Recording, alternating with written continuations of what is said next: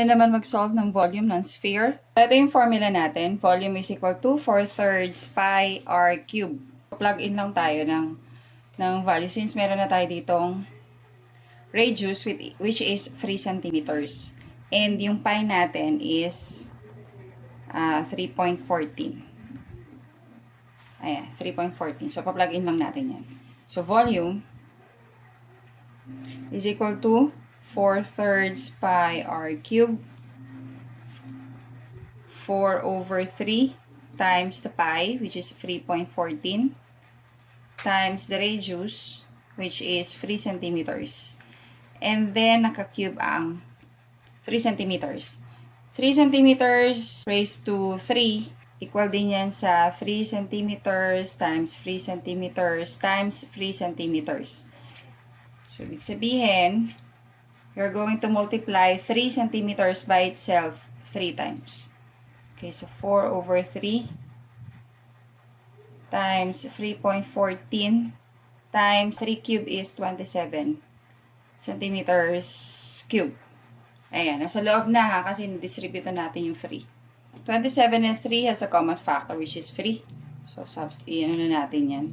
So, this is 1 and you're left here with 9. So, ito lang multiply natin. 4 times 3.14 times 9 or 4 times 9 is 36 times 3.14. 113.04 centimeters cube. This is the volume. Next, ang given yung diameter. Ayan, isang buo. Okay. So, alam naman natin na yung diameter, yung radius, is hahatiin natin yung diameter. Yun lang yun. So, if this is 10 meters, yung radius natin is 5 meters. So, yun yung sa-substitute natin. So, V is equal to 4/3 pi r cube. Okay, plug in natin. 4/3 and then 3.14 times our radius which is 5 meters cube, quantity cube. So, ito didistribute natin. 4/3, 3.14. Cube natin yung 5. So, that is 125 cubic meter. So, we are going to multiply all the numerators divided by the denominator, which is 3. So, the volume would be 523.33 cubic meters. For number 3, given ang volume, yung radius naman ang hinahanap natin. So, radius is unknown. So, recall lang natin yung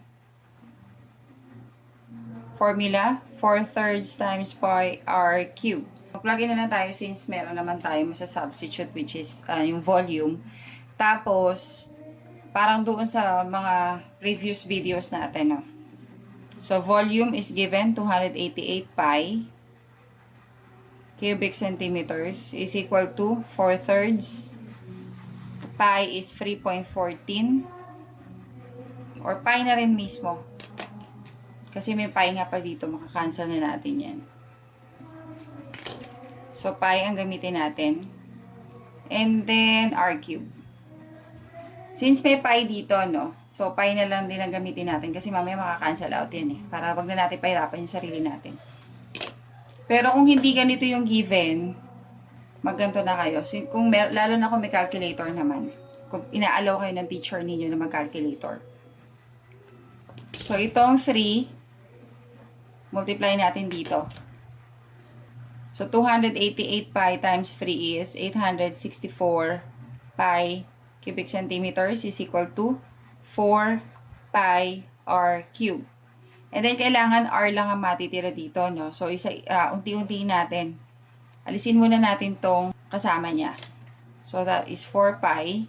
Kung ano yung coefficient ng r, doon natin siya di-divide. And if you divide 4 pi here, dito then 4 pi. Ayan. So, cancelled out yan. Ito din, cancelled na. So, 864 divided by 4 is 216. centimeters cube is equal to, ang natira is r cube. So, kailangan r lang ang nandito, no? R lang ang, 1 lang ang exponent ng r. Paano gagawin natin para maging 1 lang yung exponent? Since naka-cube to, extract natin yung cube root both sides of the equation. So, this can be cancelled. So, r na lang ang matitira dyan. And then ito, 216, cube root of 216 is 6 and cube root of cubic centimeters is centimeters. So, the radius is 6 centimeters or r is equal to 6 centimeters. Kahit alin dyan, pareho lang naman yan.